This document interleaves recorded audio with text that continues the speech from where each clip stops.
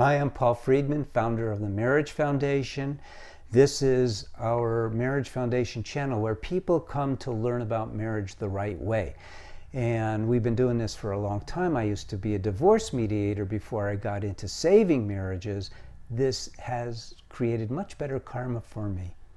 This particular topic is an interesting topic because in most cases I'm very definitive about how to behave in marriage because I understand marriage. I have bloodstream, that you might say, and I see it mechanically. I see the aspects of it, the attributes, how the impact of this creates that, and cause and effect. We live in a cause and effect world. But this topic is asking for my opinion. So here's the question: is watching porn in a relationship considered cheating? So first of all, I would like to point out that pornography is not innocent. It's not a victimless crime. There are victims. The women and even the men who perform are living a life that is so devoid of spirituality. They are so connected to their procreative attribute that they are missing any opportunity to expand their consciousness. I hope that wasn't too esoteric. Let me put it another way. The act of sex, biologically, is purposeful. The act of sex, spiritually, when you are in a marriage, is a spiritual way of connecting at a much higher level than just by your bodies. The bodies are used as a catalyst, you might say.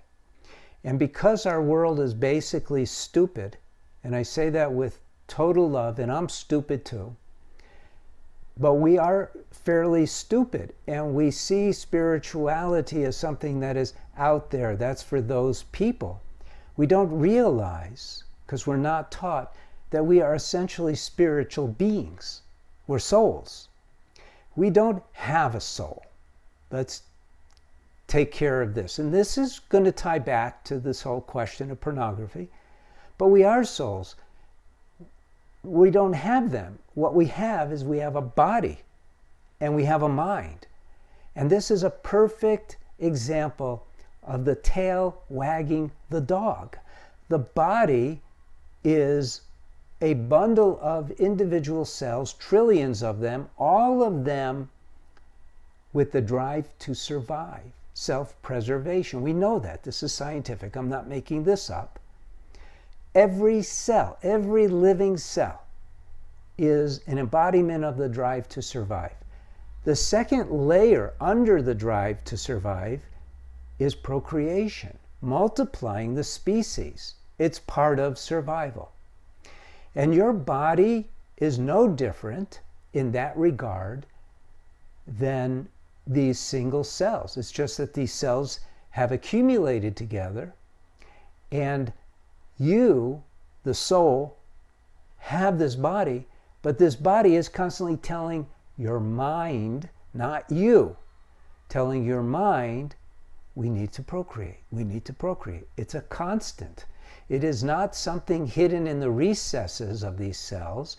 There's this constant messaging coming through to the mind, and then the mind, because you're not managing your mind, no offense, but you don't, because you're not managing your mind is going, oh, well, what are the moral conditions? Isn't that what the question is? What are the moral conditions? Is watching porn in a relationship considered cheating? Now I can come back at you and be an a-hole and say, well, by who? But I'm not doing that. I'd rather explain this to you so you can make your own judgment. So what happens is men especially are driven by this drive to survive on a 24/7 from 13 years old or so until they die basis. Why? Because the man's role biologically is to be there when the woman, biologically, when her egg is ready to be fertilized. And if he has a headache when she's ready, I'm trying to be funny here, then the chances of coming together to procreate are slim. So nature made it very convenient. The man is always ready. The woman is ready when her body is telling her she's ready. And then she feels the urge, you see. But what man has done in his quote-unquote wisdom, it's not wisdom at all, because he considers himself sophisticated. Mankind does, men and women. So because we don't know all these things about sex, we have created this mystique around it. And we have separated from its spiritual purpose, because when you're married, its spiritual purpose is to connect together at a very high level of love. That's its purpose, spiritually. Physiologically, just to create babies. But what mankind has done has made it into recreation, getting off, impressing each other, which doesn't fit either one. But pornography is a way of stimulating the idea and giving the mind something to hang on to while you cast your seed upon the ground. Look, I think religion is wonderful. I really do. It gives great guidance, but because it was created a long time ago, it's a little heavy-handed in some cases. I think it would do better if people were educated and they realized, well, you're men, you're wasting your vital fluid that could be transmuted, because that vital fluid doesn't come easy. It doesn't. I've read this somewhere. It's like a Hindu thing, I think. It takes 80 drops of water to make 1 drop of blood. It takes 80 drops of blood to make 1 drop of semen. Within that semen is your creative life force. They call it prana. And that life force is the same life force you need to be creative, for instance, in your job, in your pursuits. And so what you're doing is you're throwing it away. You're not making babies with it. Now, there are those who do their best to not have a male orgasm while they're making love with their wife, because they don't want to waste that vital fluid. So, is it cheating? Okay, let's go back to that. Here's the thing. When you are committed to each other, and I'm not doing this from a morality perspective, I'm doing this from a practical perspective, but when you're committed in a relationship that is moving towards marriage or is marriage, then the understanding, because cheating has to do with the understanding is that you will be devoting yourself entirely to your spouse. It's kind of written agreement. So when you do anything that takes you away from that, it's cheating. So is pornography, is watching porn and masturbating a form of cheating? It could be. Or maybe for the particular individual, it isn't.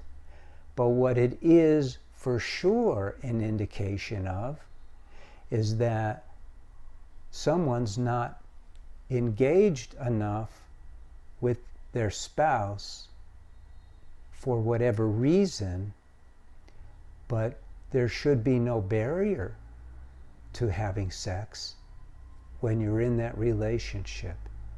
The woman should be all in, the man should be all in, and sometimes the man's not all in and he makes himself all in. You know, maybe he comes home, he's really tired, he's worked hard, but she's ready to rock and roll.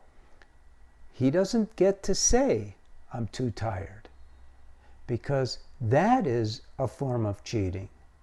because then he has put his being tired ahead of his wife's needs, and vice versa. So you're going to have to make that judgment. Is it immoral? If it is, it's with a small I. Is it healthy? Using pornography? No, not at all. There is no benefit to pornography. People say, well, there's a benefit because this pervert would go out and da-da-da-da-da if he didn't have pornography. No, that isn't true. The pervert's a pervert even if there's no pornography. So that is the roundabout non-answer answer. I'm the first to admit it, I didn't quite answer your question, but I did have a chance to educate you about a lot of things. So I'm going to ask you to lovingly accept that you have learned some things, and don't get mad at me and say, you didn't answer the question. All right, I did my best. Points to take away from: ladies, don't starve your husband for sex. Men, don't starve your wives for sex. Husbands and wives, lift your consciousness. Use sex to merge your souls. Don't bother with the bodies. They get old. They pass away. Your love is eternal. God bless you. I'm Paul Friedman. I founded the Marriage Foundation. I'm solely responsible for everything I've said. God bless you, and take care. Thank you.